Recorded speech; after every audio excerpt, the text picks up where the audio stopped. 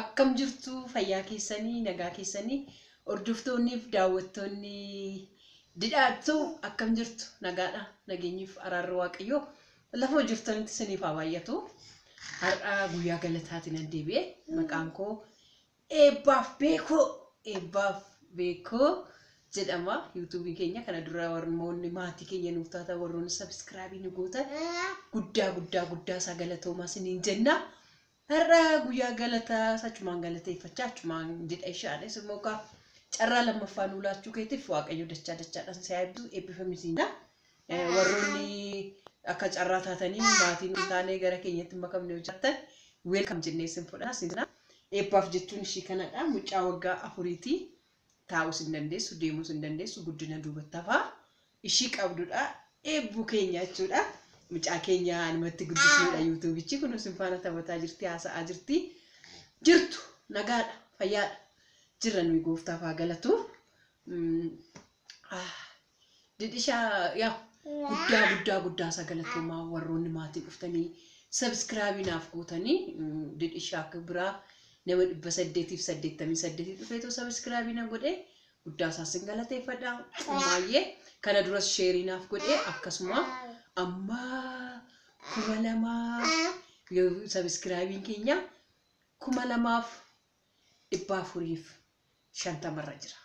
Amma yeroo viidiyoon kun waraabamutti borummoo kuma iyyuu galuu danda'a hin waan ta'e carraasa kanaaf wanti qorattoo galateeffachuu baanne isa guddaa bira waan hin geenye waaqayyo koo dachaadhaan si eebbisu naaf eebbifamaa isiniin jedha.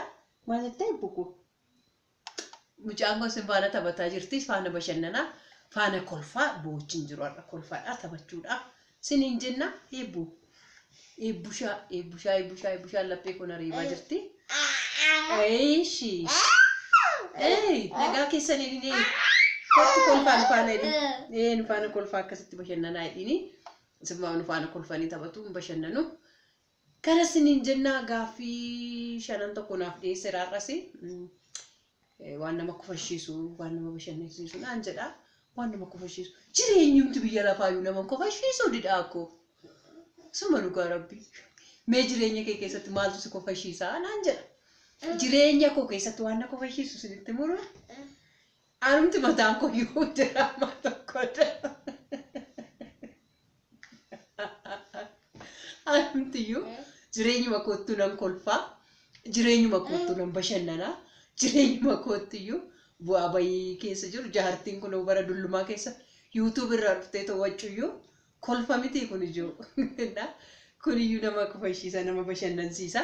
Kanatti nama bashannana akkasumas immoo koomedii biyya alaa an biyya keenyaallee baay'ee dhumaanatti nan ilaala garuu an biyya alaa baay'ee ni ilaala baay'ee na bashannansiisu baay'ee na kofalchiisu. Kanas isiniin jedha waan bara kee keessatti atti kofaltutti bashannantu naan jettanii eeyyuu kan na kofashiisan. Dargaggootaafis maal jechuu qabdaa jaalallee faamaa jette ani bara durii koo dhugaa rabbi way jaartiin kun moo jaartiin kun baay'ee akkuma nama kamiyyuu barattuun ture barattuu turetti akkuma nama kamii jaalalli nima tariidhaa qabee amma iskuuliidhaa qabee nima jira. Achi keessaa garuu baay'ee nama kofalchiifame nama agarsiisu maaltu na qome seetanii ani maalan jedhee kadhadhaa ture.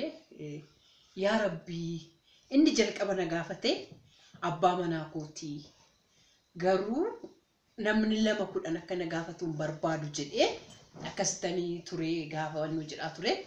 Achitti nama akkamii na gaafate namatti tolameesti tilmaama nama akkamii ilaa masfartii koo sinittan hima.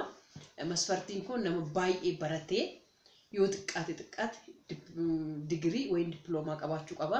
Kanaan ala barbaadu jedhaa ture. Namni barate nama miidhu waan ta'eef hin jedha. Nama akkamii akkasuma gaafate sinitti tola. Maraataan na gaafate qormaata akkasii keessa galeelaa qormaata akkasii keessa jalqaba inni na gaafate abbaa manaa kooti jedheera. An na gaafate immoo abbaa manaa koo maraataadha. Maraatattaniiruma moo nan dhiisa moo maalan godhame Gaafa akkas jedheetu anchi kuufiyyaa kanarraan gatini. Kunoo laal kuniyyuu kolfadha ijoollee. Kolfaa kanatti iyyuu. Laal kuufiyyaa bareedduu tokkoon qaba. Kuufiyyaa mataa akkasitti nama bareessitee qabdu argitu. Kuufiyyaa bareedduu kana. Yaa jireenya maraatu jechuudha. Baay'ee nama ciniinsuu keessan galee dhugaa rabbi. Maraaticha dhiisamoo kadhannaan ani kadhadhe sunnitu narraa fe'u jedhee nan kadhadhuman jedhu waaqayyo kun na gargaaree maatiin isaa dhufanii fudhatanii biyya nan jiru san keessaa biyya biraatti fudhatanii narraa deemanii nan boqodhee namicha sanii gaafa saniitis deebiitoo ina garrii isiniin jedha. Kanadha jaalallee ani dabarsi keessaa kanadha. Irra caalaa baay'ee basmaa itti dabalatammoo Facebookidhaan an jaaladhe tokkommoo Facebookidhaan jaaladhe sagalma isaan jaaladhe sagalma isaa kanan jaaladhe bilbila olii geeddarree bilbilaa fi guyyaa gaaf tokko yaa barataadha kokorraa birrii 25 fuudhee qarshii 25 goote. Inni nama biraatti bilbilee keessaa fixe. Oduu anaaf hin bilbile. Akkasumatti jedheen ilaal kan guutuu kan akkasitti reebaa lafatti gadi kuufame bo'aa ture. Jaalala keessaan hin darbe kanadha. Amma garuu ani nama faana jiru Facebookinis miti maaliinis miti waaqayyumatu barbaadee naaf laatee baay'een jaaladha baay'een kabajaa baay'ee nama gaariidha. Waaqayyo namaaf laatetu mijataadhaan ofii barbaadan irra doon ta'e waaqayyo namaa barbaadee namaaf ergan waaqayyo namaaf kun baay'ee eebba qaba sinin jedha. Kanadha eebbaa foqoo eebbee qilleensumarra turi ishii dida qilleensumarra turi eebbaan jeeqaa jirti hin jeeqin fayyaa keetiidhin daawwaduu zididaafi kunu diraamaadha maali ijoollee kunuutu diraamaa miti. Eeshi gaafii meeqaffaarran ga'e gaafii lammaffaa gaafii sadaffaa lama gaafii deeffatee eebbu gaafii lammaffaa rageenyi sadaffaa rageenyirra gaafii sadaffaa mandara interneetii kanarraa waan nama kofalchiisu maal argitaa waltaanaan jedhe safara interneetii moo safara interneetiirraa waan ani argaa oolu sitti mudidha hii jedhi na dhaggeeffadhu kaa hii jettu malee sitti hin deebisu warri daawwataa jirtanis hii jedhaa ijoollee hii jedhaa.